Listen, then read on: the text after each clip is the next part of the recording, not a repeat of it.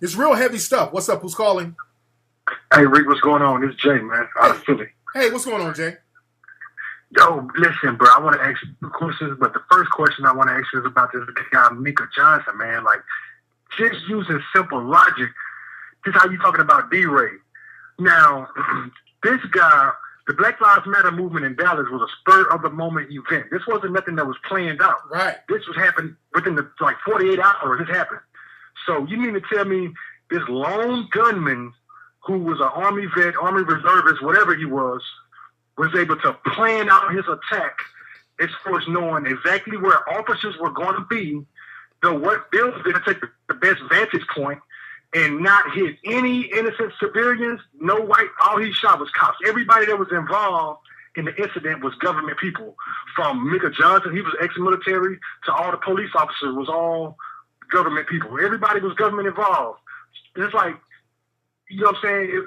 It's no way he could have planned this out, a lone gunman by himself in 48 hours, number one. Number two, they had to blow him up with a bomb. How did a negotiator get close to this guy? They got some statement saying that he said he wanted to kill all white people or something. How did a negotiator get close enough to this man to where he could get his statement, but they couldn't arrest him and apprehend him? They had to send a robot to blow him up. Hey, I know. I'm just going by what I know with the facts, because when people start throwing these other conspiracies and they don't have no proof, it's all conjecture. So that I don't know. I'm just going by what's plausible, and it is plausible for people to just wake up and say, "I'm going to engage in maximum emergency compensatory action." That is a plausible thing, and it has happened before. So if I see anything to the contrary of that, then I'll look into it. But there was a sister who did get hit. A sister got shot in the leg. So, it wasn't just all cops who got shot, but it is what it is. But thank you for the call, brother. See, that's the thing. A lot of times, brothers got to stop reaching for the conspiracy, because then you have no evidence, and dudes just want a conspiracy just to have a conspiracy. And that's another thing. Let's not do that. Let's not have a conspiracy just for the sake of having a conspiracy. That's why niggas like Alex Jones, and that's why Alex Jones, he knows how to appeal to the black audience by spewing his conspiracy bullshit, but it's really a cloak for his white supremacist views. Let me see who else we got here. What's up? Who's calling? Hey, how you doing, Tariq? This is Officer Muhammad. Hey, bro. Hey, where you calling from? I'm calling from Indiana. I don't want to give the exact location. There you go, brother. So you're an actual police officer? Yes, I am. I'm a police officer. So what's it like dealing with the department now as a black man? Well, let's just say it's not really tough, because you have a certain ideal that you live by. An ideal of truth. You basically go by the ideal that the truth matters above all. Right. It is important to remember that you were black before you the police. Yeah, that's nothing you want to forget. But at the same time, no matter what happens, I'm always going to stick with the truth. And now the caller that just called, I have to agree with him. Okay. I don't have all the evidence to tell me that this was a setup, but I'm a Muslim as well, and certain things that I see in reference to how they do Muslims, it kind of correlates with what happened here. I mean, I don't know if you remember, Muhammad Ali just died not too long ago, right? And it seemed like his death set off a very positive attitude towards Muslims. It was almost like, people went back to what he said against Trump, and how Trump was like, "Oh, we don't care about Muslims, this and that, and keep them out of this country." And then Muhammad Ali spoke up for Muslims, just like he spoke up before. Now, when he died, everybody was like, "Oh, wow, this is one Muslim leader that we can all, kind of, come around." And then all of a sudden, what happened? This gay guy, or we didn't know he was gay at first, but he goes into a club and shoots 50 people. No, he shoots 100 people, kills 50. Okay. And then all of a sudden, we hear that what was it? The SWAT team came in, and that's when all these people started dying, and it just kind of was like, what a coincidence, Everybody's kind of down on Trump, and they're using Muhammad Ali's death as kind of a spark plug to say, hey, there are many, great Muslims out here. And then the same thing happens here, meaning, dude, hey, brother, y'all got this thing. You another one of these conspiracy dudes going all around the block with shit, man. It's the same thing here, though. This is what I'm saying. You had 2 killings in 2 days of 2 black men by police officers, and that's obviously going to enrage everybody, including me. I was upset. I was like, damn. You know what I'm saying? The video said it all to me. They could have definitely handled everything a lot better. Our tactics teach us common sense, dude. This is common sense. At the same time, right after that happens, like the guy said, this whole Black Lives Matter, we already talked about how Black Lives Matter is somewhat of a government entity. It's not ground roots. It's not you. It's not anybody I've heard. And then they put a picture of the guy who coordinated this event. It was a white dude. Right. Come on now. It's just kind of coincidental, man. I'm like, not coincidental. Look, brother, it's white supremacy. Y'all got to get off that conspiracy shit. Well, maybe it is. I'm not saying it's not white supremacy. I'm not saying it's not. Well, white supremacy is based on a lot of conspiracy. I mean, they do a lot of conspiracy. They run shit from the top, and you don't know what's going on to a certain degree. You know what I'm saying? I mean, I could name a bunch of, we call them false flags. I mean, whatever you want to call them. I could name a bunch of them where, the initial, victims or the initial witnesses, it was 3 white male suspects. It was 3. I saw 3 guys. And then all of a sudden, okay, brother, thank you. This brother's just going, I don't want to hear this nigga babble, man. This is the babbling this fucking nigga. What kind of cop is this dude? This dude's just going to babble on and on about nothing. And that's fear. The fuck is you babbling about, brother? God damn, this is a dude. Let me tell you what that is. That's nigger babble. That's nothing but nigger babble. That is nigger babble.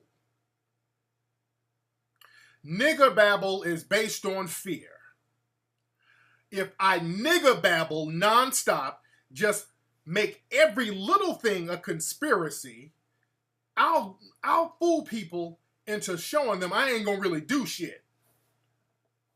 If I just keep on nigger babbling, maybe people will get that, or they won't see that I'm not gonna do nothing.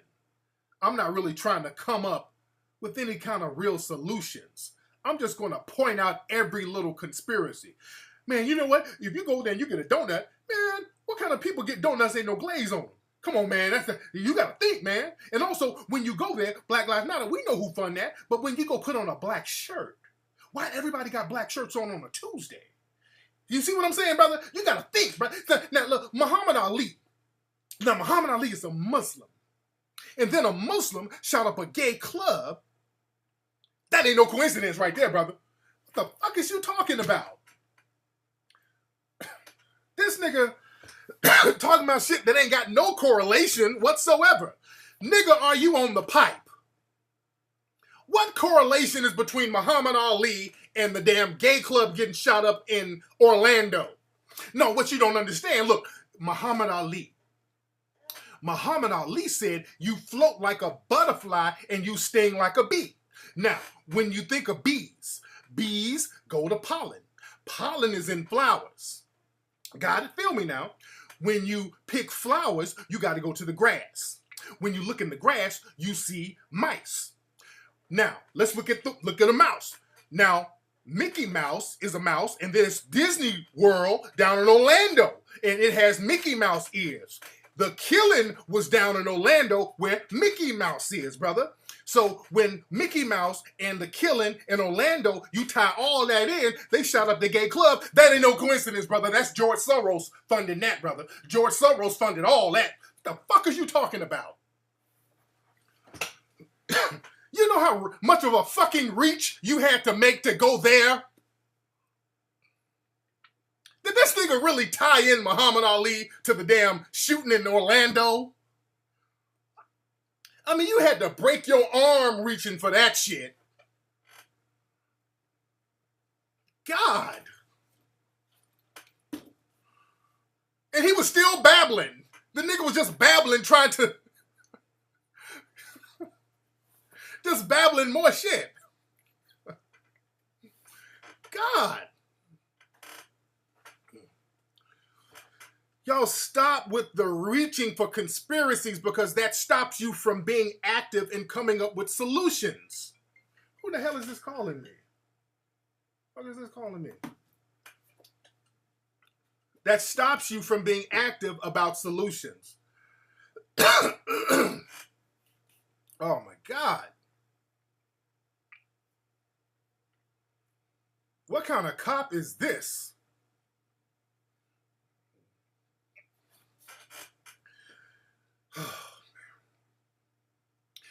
Who is that? Who is that police officer? There's this white cop that a lot of black people are praising on Instagram. There's this white cop. Y'all know who I'm talking about. He's this bald-headed white guy. Somebody said he's married to a black lady. I'm not sure.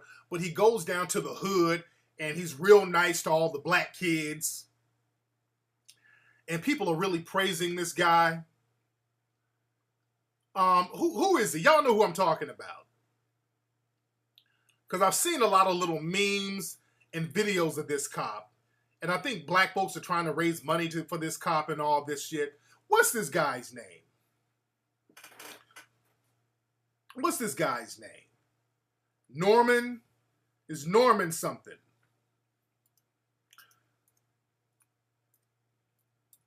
It's Norm, Officer Norman. That's his name. Let me Google that. Let me Google that.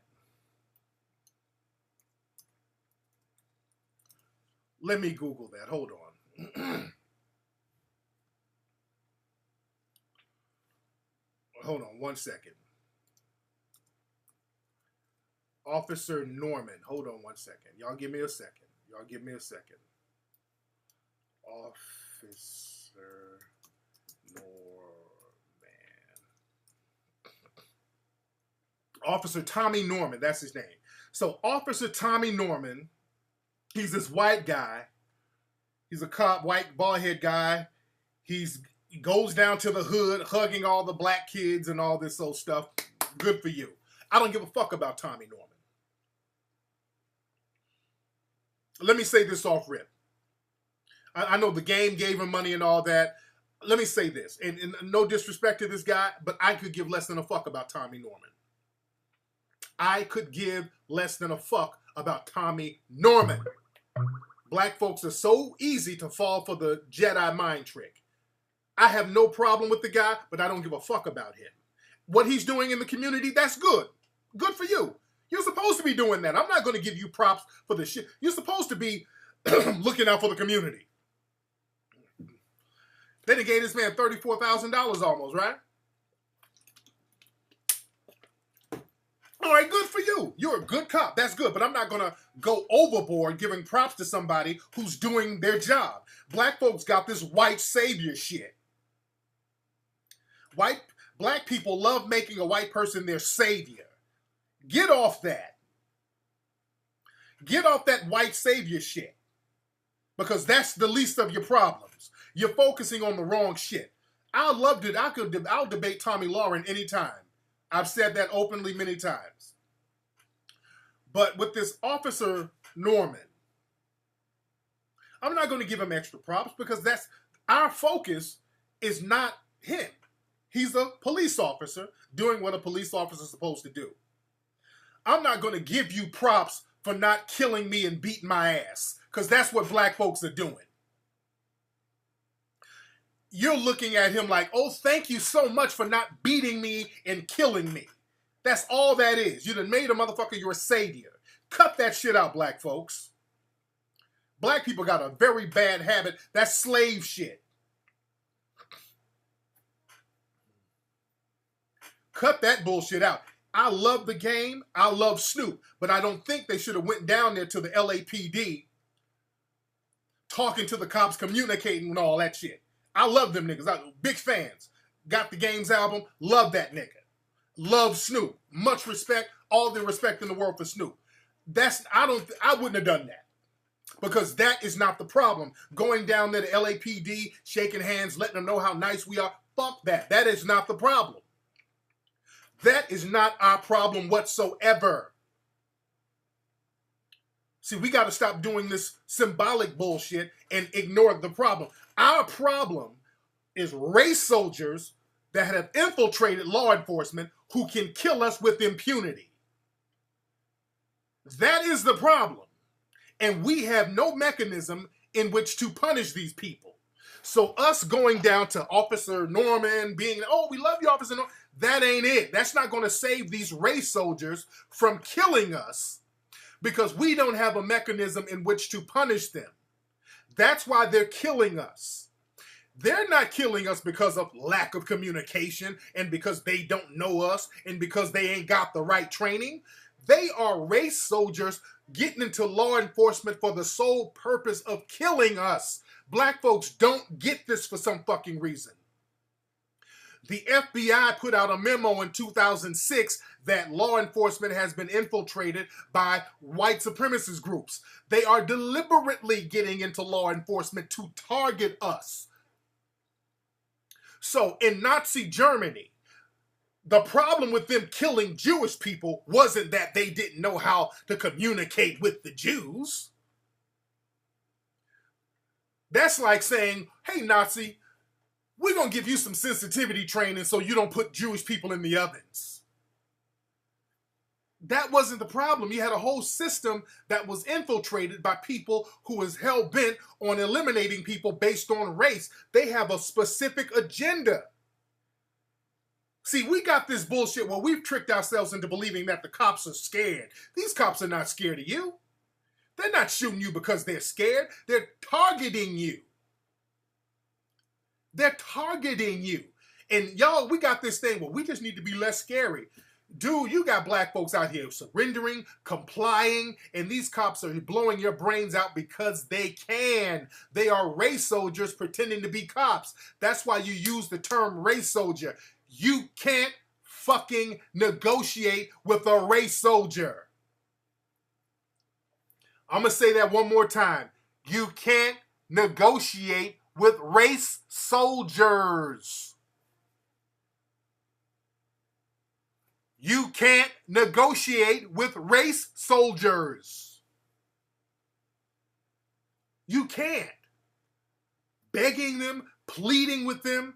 These people are getting white supremacist tattoos on their bodies. There's race soldiers on Facebook and Twitter. They're threatening to kill black people. They're literally online making threats to kill black people. Do you really think these people just need to have a beer with you to see how cool you are? Come on, these are white supremacists, dude. Black folks we don't want to get that. We keep running away from that because that's some hard shit to deal with. We keep running away from that because you don't know what to do about it. See, when you admit that, hey, we got some white supremacists here who want to kill me, and they got a legal right to do it, and I can't do anything about it right now. That's a tough fucking pill to swallow. But if you say, well, he's just a cop who just needs to get to know me a little better, then you can go down, hey, I bake you some cookies. Hey, let's dance and talk, and let's just get to know each other and just kind of work out something. No. Because when they decide to blow your fucking brains out, what do? When they decide to blow your children's brains out, what do? You have to have a mechanism in which to punish people. Going down here shaking hands with people. Now, the only people you should be going down negotiating with and shaking hands with, you get your money, you go down here and you start dealing with some of the prosecutors, you start dealing with the mayors, you go down here and rub elbows with politicians. That's what you do. Shout out to Strife Jones. My nigga from Miami hit me up. What's up, Strife? What's your website, Strife? Strife did our Coon Train beat at the Coon Train Awards. But yeah, when you go down to City Hall and all that, you're supposed to be out there chopping it up with the policymakers. You're supposed to go down there with a brown paper bag on their ass and say, hey, look, motherfucker, this is from the community. This is what we need. Bam, here's some paper. Here's some paper. And we need this. You start controlling the politicians. That's what you need to do. We need to get a fund up so we can start getting these politicians in our pocket. The police ain't going to do, they don't give a fuck about us going down here talking to them, shaking hands, and showing them how nice we are, because they're controlled by money. They're controlled by the politicians. The politicians are controlled by money. We got to be very strategic. That's why I call myself an anti-racism strategist.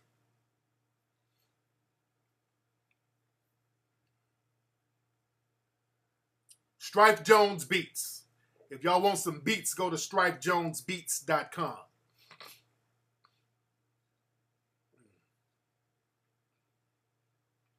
But we got to have mechanisms in which to punish race soldiers, because that is the problem. The race soldiers can do anything to you and not get punished. They've executed black folks in cold blood in the last week alone, back to back, and nothing is happening to them. Now, what happened down in Dallas, that was something that threw them for a loop. You had the brother go in for maximum emergency compensatory action. Now, that made them step back a little bit. Like, uh-oh. Let's talk about this. Let's talk about it. Because they didn't expect that. They did not, because black folks for the longest, for the last 20, 40 years, for the last 20 years, black folks have been kind of buck dancing, scared to make a move because they know that they got black people in a comfortable position. But when black folks get into that position where we say, fuck it, that's what gets them scared.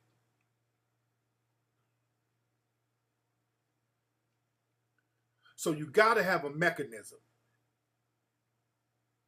in which to say, hey, if this is what happens to us, this is what we're going to do to you. Either politically, economically, but you got to have your shit in order. That's why it's very important to have a code, and it's a code to live by every day. See, the bullshit is going to have to stop. Black folks want to be about a code every blue moon, but then get back to the dumb shit. Yeah, Michael Johnson caught everybody off guard because they didn't think that it was a black person who was about their life. And there's a few police officers out here, and some brothers them popped up on and shocked them. Excuse me.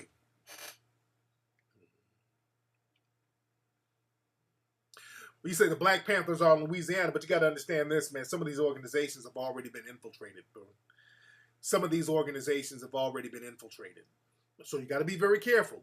That's why Neely Fuller talks about the maximum emergency compensatory action, where it's basically you act alone. And that's why he said that. You act alone, because Neely Fuller always talks about if you tell too many black folks something, they'll snitch. And that's the thing. You tell too many black folks something, they'll snitch. So that's why it's important to act alone, according to his code.